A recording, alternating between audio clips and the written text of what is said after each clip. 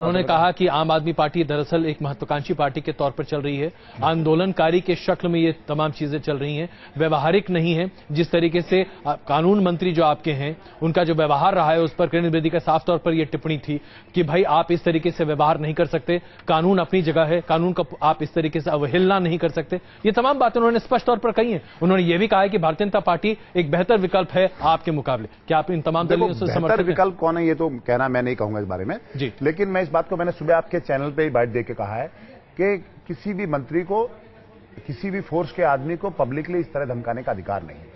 अगर वो आदमी अपनी ड्यूटी सही तरह निर्वाह नहीं कर रहा है तो आपका फर्ज बनता है कि आप अपनी हायर अथॉरिटीज से बात करें, उसके उच्च अधिकारियों को इसकी शिकायत करें, लेफ्टिनेंट गवर्नर को इसकी शिकायत करें, गृह मंत्री को शिकायत करें। ऐसे पब्लिकली आप किसी की इंसल्ट नहीं कर सकते हैं। ये अगर आप ऐसे इंसल्ट करते हैं तो आपके अंदर कहीं ना कहीं अहंकार की भावना है। आप उसका मतलब उसके जो अधिकार क्षेत्र है, एक बेल्ट की नौकरी करने वाले के आदमी की अपनी एक इज्जत होती है, देश की सेवा के लिए बनाए, वो व्यक्ति विशेष को कुछ गंदगी बीस कर रहा है तो उसकी शिकायत आप उच्च अधिकारी से कीजिए, वो कार्रवाई करेगा उस पर। अच्छा, अभी जो पूरा कानून मंत्री के साथ जो पूरा विवाद खड़ा हुआ और जो डैनिश महिला के साथ बलात्कार का मामला दिखा, इस पूरे मामले में आपकी जो सरकार है उसके रवैये से आप सहमत हैं या आपको लगता है कि नहीं आपकी सरकार सीमाओं को लांघती हुई दिखाई दे रही थी? देखो, अगर आज क्या है कि मैं थोड़ा क्योंकि मुद्दों की बात कर रहा हूं तो, लेकिन वास्तविकता मैं बताऊं कि किसी भी जिस औरत के साथ अत्याचार हुआ है, जिसके साथ बलात्कार हुआ है, उसका नाम सार्वजनिक कर देना, इससे बहुत बड़ी बात है। और विदेशी महिला के साथ यहाँ ऐसे दुर्घटना हो जाना जी, ये दिल्ली के लिए भी, देश के लिए भी बहुत शर्म की बात है। और इसमें जो स्टेटमेंट पिछले दिनों आए कि 7 दिन में हम बात करेंगे, 5 दिन में हम बात करेंगे, चाहे वो मुख्यमंत्री की तरफ से आया हो, चाहे किसी मंत्री की तरफ से आया, वो भी बहुत शर्मनाक चीज है। और जो नाइजीरियाई जो लेडीज के साथ दुर्व्यवहार हुआ पिछले दिनों, मंत्री जी के साथ लोग गए हुए लोगों ने किया जी, वो भी अपने आप में बहुत शर्मनाक चीज है। अच्छा, बिन्नी साहब, ऐसे मुद्दों पे एक कानून मंत्री ऐसा करता है तो मुझे लगता है कि ऐसी हरकत के बाद उन्हें अपने पद पे बने रहने का कोई अधिकार नहीं है। आपने अपने प्रेस कॉन्फ्रेंस में ये हवाला दिया था, वो हम आपकी बाइट भी दिखाएंगे, आपने जो कहा था वो दिखाएंगे कि जब निर्भया वाला मामला हुआ था तो सब लोग सड़कों पर थे, प्रदर्शन कर रहे थे, बैनर, झंडे, मोमबत्ती सब थे। आज तमाम लोग गायब। कहां? यही मैंने कहा, करनी और कथनी में फर्क आ गया है। आज आप करने वाली स्थिति में है तो आप आज आपके वो आंदोलन खत्म हो गए हैं, आज मोमबत्ती गायब हो गई है, आज आपका सब कुछ गायब हो गया है। और अगर आप सरकार से बाहर थे तो आप सारी चीजें कर रहे थे। ये दिल्ली की जनता को पता होना जरूरी है। मैं तो आज भी मानता आप आंदोलन करते, आपने कहा दिल्ली पुलिस के जवानों को सस्पेंड कर दो, नहीं तो मैं परसों आंदोलन में बैठूंगा। अरे आप उस महिला के साथ बलात्कार हुआ उसके लिए आंदोलन में बैठते तो अच्छा था। आप वो नाइजीरियाई महिलाओं के साथ आपके मंत्री और आपके कर्मचारी मतलब अपने वॉलंटियर्स जाके इस तरह के व्यवहार कर रहे हैं, आप दोनों को एक नजरिए से देखिए। भाई आपके मंत्री ने भी दुर्व्यवहार किया है, पुलिस वालों ने भी दुर्व्यवहार किया है, आप अपने मंत्री पे भी कार्रवाई कीजिए, पुलिस वालों पे भी तो कार्रवाई की बात कीजिए। एक नजर से तोड़ने वाली राखी बिडराल जो रात में नाइट शेल्टर्स में जा रही हैं और वहां पर तमाम तहकीकात करती हैं, आप उसके समर्थन में हैं, आप उसके खिलाफ हैं? तो अच्छी बात है, अगर आदमी एक कोई नेता इस तरह का काम करता है तो वो सराहनीय है। लेकिन वो सिर्फ घर से निकलना, पहले कैमरे वालों को बुलाना, कैमरे के साथ लेके चलना और सिर्फ पब्लिसिटी, अगर मैं कहूं तो पब्लिसिटी के अलावा कुछ नहीं है। ये सिर्फ फोटो खिंचवाना और मीडिया में छाए रहना, ये मुझे लगता है ये ज्यादा है इस पार्टी में। और वास्तविकताएं जो काम में होनी चाहिए वो कहीं ना कहीं कम है। जो वीआईपी नंबर प्लेट तमाम गाड़ियों को मिले मंत्रियों के, उसके समर्थन में आप उसके खिलाफ हैं? मैं उसके बिल्कुल खिलाफ हूं, क्योंकि मैंने भी एफिडेविट लिखा, बाकी लोगों ने भी लिखा, और वीआईपी कल्चर की पार्टी खिलाफ थी। तमाम जगह प्रचार किया गया कि हम वीआईपी कल्चर के खिलाफ हैं। उसमें 2-3 चीजें सामने आती हैं। आपने लाल बत्ती, क्योंकि वो कोर्ट के आदेश भी थे कि किसको लाल बत्ती मिलेगी या नहीं मिलेगी, वो सरकार बनने से पहले लागू हो चुका था जी। अगर आपको वीआईपी कल्चर खत्म होना था तो अपने सारे मंत्रियों को आपको बोलना चाहिए था कि भाई आपको गाड़ी की जरूरत है तो आप छोटी गाड़ी ले लीजिए, या आप बिना वीआईपी नंबर की गाड़ी ले लीजिए। आपको गाड़ी मिली क्या विधायक के तौर पर? नहीं, मेरे पास तो अपने पास अपनी गाड़ी है, मेरे पास पहले से ही, मुझे शायद किसी गाड़ी की आवश्यकता भी नहीं है। और उसके अलावा मुख्यमंत्री साहब ने कहा कि मैं बड़े बंगलों में नहीं रहूंगा। पिछले दिनों पूरे देश ने देखा कि उन्होंने एक 10 बेडरूम का, और मेरे ख्याल से बेडरूम भी जितना बड़ा आपका स्टूडियो है, इतने बड़े बेडरूम की सुनने में आया, कितने बड़े बेडरूम थे, और उस पर कई लाख रुपए खर्च हुआ 2 दिन में रेनोवेशन पे। और जनता अगर और मीडिया के माध्यम से विरोध ना होता तो शायद मुख्यमंत्री साहब उसी हाउस में रह रहे होते। तो इच्छाएं तो कहीं ना कहीं बड़े घर में रहने की है, लेकिन वो कहीं ना कहीं क्योंकि आपने प्रोमिसेस किए हैं पिछले दिनों, उसकी वजह से भागना पड़ता है। आज मुझे जानकारी मिली, अभी कहीं आपके स्टूडियो में उधर बैठा था मैं, तो उसमें उस मकान के भी फोटो दिखाए जा रहे थे जहां अभी वो शिफ्ट होने वाले हैं। तो मुझे लगता है कि ये सब चीजें, पब्लिसिटी जो चीजें, इनको छोड़ के वास्तविकता पे आना चाहिए। मुझे लगता है आप बड़े घर में रहिए, किसी को कोई आपत्ति नहीं है, आप खूब सुरक्षा लीजिए। मुख्यमंत्री को सुरक्षा लेनी चाहिए क्योंकि उसने वो इतने बड़े काम कर रहा होता है, किसी की ईर्ष्या होती है, कहीं से नफरत होती है।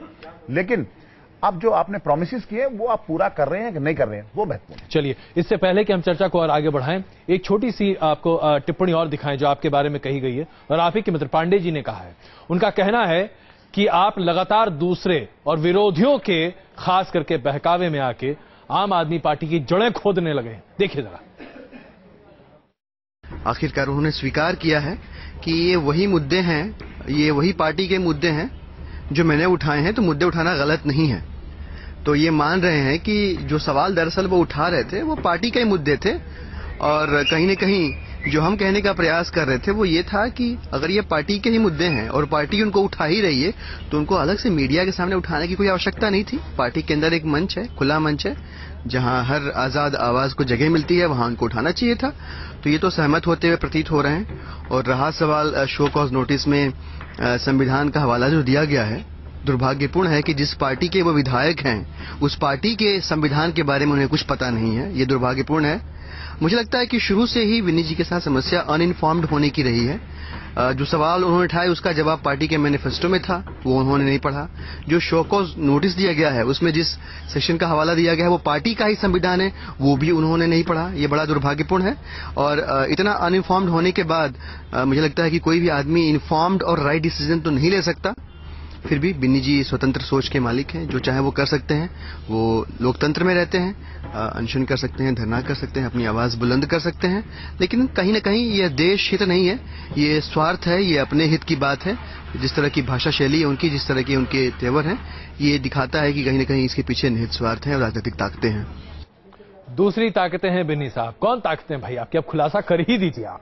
मैं आपको बता दूं कि मुद्दों की बात करने में बहुत प्रॉब्लम होती है लोगों को जी। अगर मैं इनकी तारीफ करता रहूं, हाँ मैं हाँ बढ़ता रहूं, तो विनोद कुमार बिन्नी बहुत अच्छा इंसान है। अरविंद केजरीवाल दिल्ली में अगर 200 सभाएं करेंगे तो विनोद कुमार बिन्नी को 180, 90 सभाओं में विनोद कुमार बिन्नी का नाम लेंगे। देखो वहां मॉडल तय हो गया। वो है हमारा सबसे अच्छा पार्षद जिन्होंने अपने यहाँ स्वराज की जो परिभाषा है उसको लागू करके दिखाया। जब तो बिन्नी बहुत अच्छा है। और बिन्नी अगर मुद्दों की बात करे तो बिन्नी विपक्ष लोगों से मिल गया है। बिन्नी कांग्रेसी है, बिन्नी को टिकट चाहिए, बिन्नी को मंत्रालय चाहिए। इनकी करनी और कथनी में फर्क है। आपने किसने कहा था आपको 15 दिन लिखो, आप उसमें मैनिफेस्टो में एक बान्ना जी का लोकपाल हम 15 दिन में लागू कर देंगे? किसने कहा था आपको? ये अगर आपको इतनी चिंता है आपको, तो 15 दिन में 29 तारीख को आपने क्यों नहीं किया? अरे दिल्ली की, देश की राजधानी दिल्ली, उसके आप मुख्यमंत्री, आपकी बात की कोई वैल्यू नहीं है क्या? आपकी समय सीमा निर्धारित करने का कोई मतलब नहीं है क्या? चलिए, तो आपकी बात की वैल्यू है ना। 27 तारीख को धरने पर बैठ रहे हैं आप? बिल्कुल। मैंने 26 तारीख की शाम तक इन्हें समय दिया है कि आप विशेष सत्र बुलाइए, एनर्जी वाला जन लोकपाल पास कीजिए। दिल्ली की जनता जिन्होंने 10,52,000 लोग जिन्होंने आप पे विश्वास किया और आपने उनसे प्रॉमिस किया कि हम आपके बिजली और पानी के बिल माफ कर देंगे, वो बिल तुरंत माफ कीजिए। और महिला सुरक्षा जो इतना सेंसिटिव मामला है इस देश में, अगर आप उसको एक दिन भी लेट करते हैं तो एक भी माता, बहन और बेटी के साथ अगर कोई दुर्व्यवहार हो जाएगा तो उसका जवाब कौन देगा? उस बेटी की जिंदगी हम हमेशा के लिए। तो आप जब अनशन पर बैठेंगे तो क्या आप अन्ना जी को उनसे निवेदन करेंगे कि वो आपके साथ आए? मैं बिल्कुल प्रयास में कर रहा हूं कल परसों से बात करने का। और मैं कल मुझे, क्योंकि मेरा पहले से प्रोग्राम फिक्स था, तो मुझे शिरडी जाना है और रास्ते में मैं प्रयास भी करूंगा कि मुझे समय मिला तो मैं मिलके भी आऊंगा उनसे। और अगर अन्ना जी आ जाए तो आपको लगता है आपके आंदोलन को मजबूती मिलेगी? मुझे लगता है मुद्दों को मजबूती मिलेगी। मेरा आंदोलन इतना मेरे लिए मैं नाम कमाना और वो सब चीजें नहीं है, लेकिन जो वादे दिल्ली की जनता से आपने किए उन वादों को कहीं ना कहीं मजबूती मिलेगी।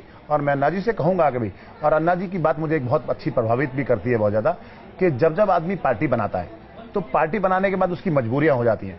मजबूरियां क्या होती हैं कि उससे व्हिप जारी होने के बाद उससे असहमति होते हुए भी वोटिंग करना होता है। ये प्रजातंत्र और लोकतंत्र के लिए अच्छी बात नहीं है। प्रजातंत्र में कभी भी पार्टी वाली व्यवस्था नहीं होनी चाहिए। मैं अन्ना जी की इस बात से बहुत प्रभावित पहले से था, अभी भी हूं और मैं इस प्रणाली में चाहता हूं। चलिए, तो राय शुमारी का सम्मान यहां पर होना चाहिए या नहीं, ये बड़ा सवाल है। लेकिन बिन्नी साहब के लिए आगे की डगर आसान नहीं है। आप सबों का बहुत धन्यवाद इस चर्चा में शामिल होने के लिए। बिन्नी साहब, हमारी शुभकामनाएं आपको।